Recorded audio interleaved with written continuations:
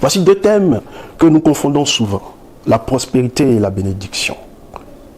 Lorsque Moïse, selon les exégètes, était l'auteur des livres du Pentateuque, retrace l'histoire de sa vie et il retrace l'histoire de son peuple et qui va nous parler d'un certain homme qu'on appelait Joseph.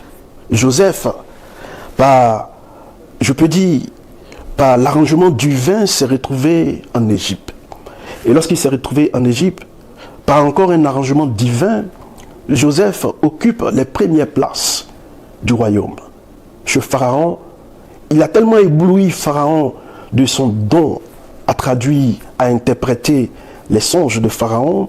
Il a tellement ébloui Pharaon de sa manière d'être et de son intelligence à pouvoir dire à Pharaon qu'il fallait gérer les biens de son pays, les biens alimentaires, les biens agricoles, afin de faire une planification sur plusieurs années pour ne pas que le peuple soit dans la disette au moment de la sécheresse. Il a marqué Pharaon de son intelligence. Alors Pharaon, ébloui par cette intelligence, le place à une place que nul ne pouvait espérer.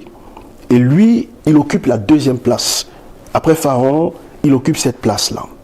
Voici quelqu'un, un immigré, qui arrive en Égypte par la force des choses, mais par un arrangement divin, se retrouve à une place que personne ne pouvait espérer.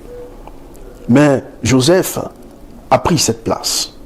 Et son peuple, le peuple qui a immigré en Égypte, était devenu tellement nombreux que Pharaon leur avait donné un endroit de Goshen. Cet endroit, c'était un endroit où tout ce peuple hébreu dormait. C'était le camp.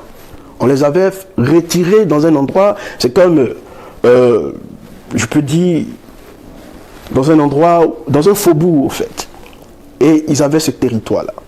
Et dans ce territoire, ils prospéraient. Comme a dit le livre de l'Exode, qui dit que le peuple de Dieu était prospère. Ils étaient féconds et ils devenaient puissants.